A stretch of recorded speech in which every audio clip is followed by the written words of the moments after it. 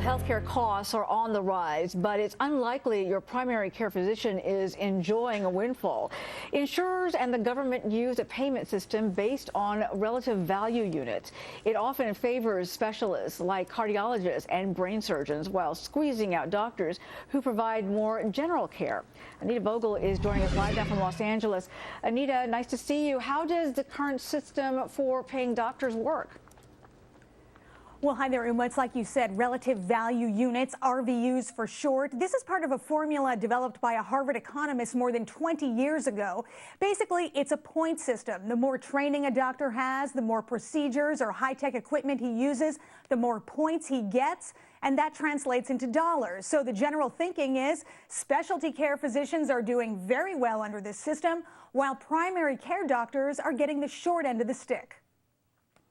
Things are being done that are really not based upon medical science, but are based upon the methodology of compensation.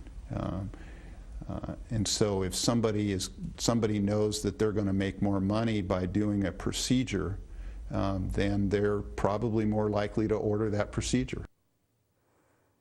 And it is a fact that fewer and fewer medical students are seeking to go into primary care work these days. A recent survey shows that less than 10% of medical school graduates from the University of California are going into primary care, Uma.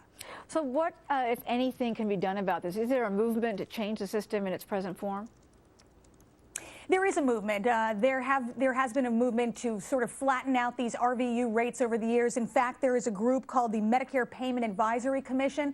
They're advocating a one-time bonus to primary care doctors to sort of get people to go more into this field, because right now there is a lack of primary care physicians out there. Uma.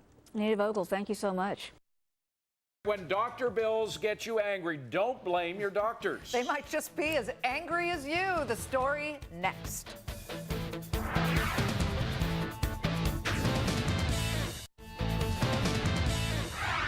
Healthcare costs may be skyrocketing, but your primary care doctor may not be the one pocketing the money. Fox News reporter Anita Vogel has been following the story. Joining us now, Anita. Okay, first off, how does the current system for paying doctors actually work? Well, hi there, Dave and Liz. That's right. Primary care physicians might not be making as much as you think. The way they're paid is based on a system called relative value units. It was developed by a Harvard economist nearly 20 years ago. It basically works on a point system. The more points that are earned, that's how doctors are paid.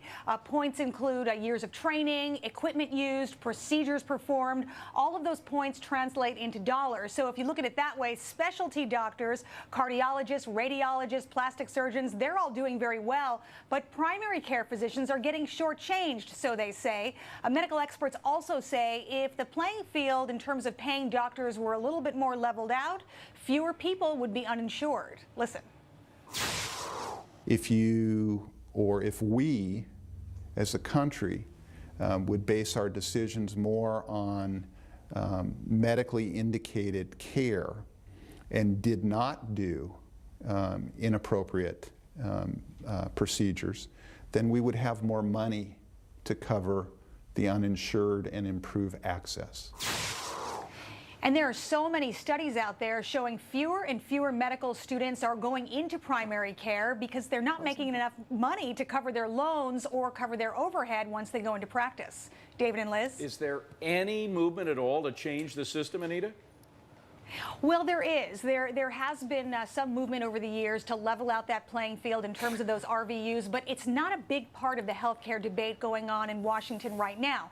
Now, there is a group called the Medicare Advisory Group that has recommended paying primary care physicians a one-time bonus to help encourage students to go into that field. But I got to tell you, even medical experts in the industry who are concerned about this and think the current system doesn't work are concerned that changes could be made too rapidly that could end up harming the patient. So a big debate going on. Anita Vogel, good to see you, Anita. Thanks very much.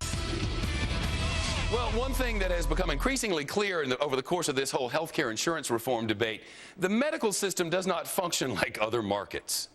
Common rules like supply and demand simply don't apply. For example, a pay scale that discourages new doctors from going into some of the most important practices, Anita Vogel is live in our Los Angeles bureau with a closer look at all of this. Hello, Anita. Well, hi there, Shep. You might think your primary care physician is doing pretty well. Actually, he or she might be struggling to make it. That's because doctors are paid according to an old point system that rewards specialists like cardiologists and radiologists. The more training and procedures used, the more relative value units or points are assigned to those doctors. Those translate into dollars, and that's leaving primary care physicians feeling shortchanged. Doctors are being paid more to do procedures rather than to necessarily think and diagnose what's wrong with the patient.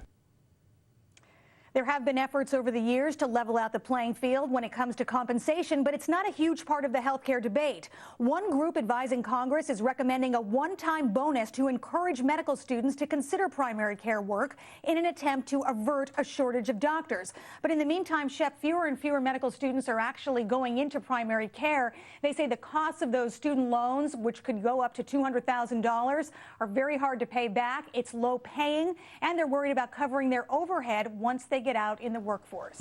Shep. Anita Vogel, live in L.A. this afternoon. Anita, thank you.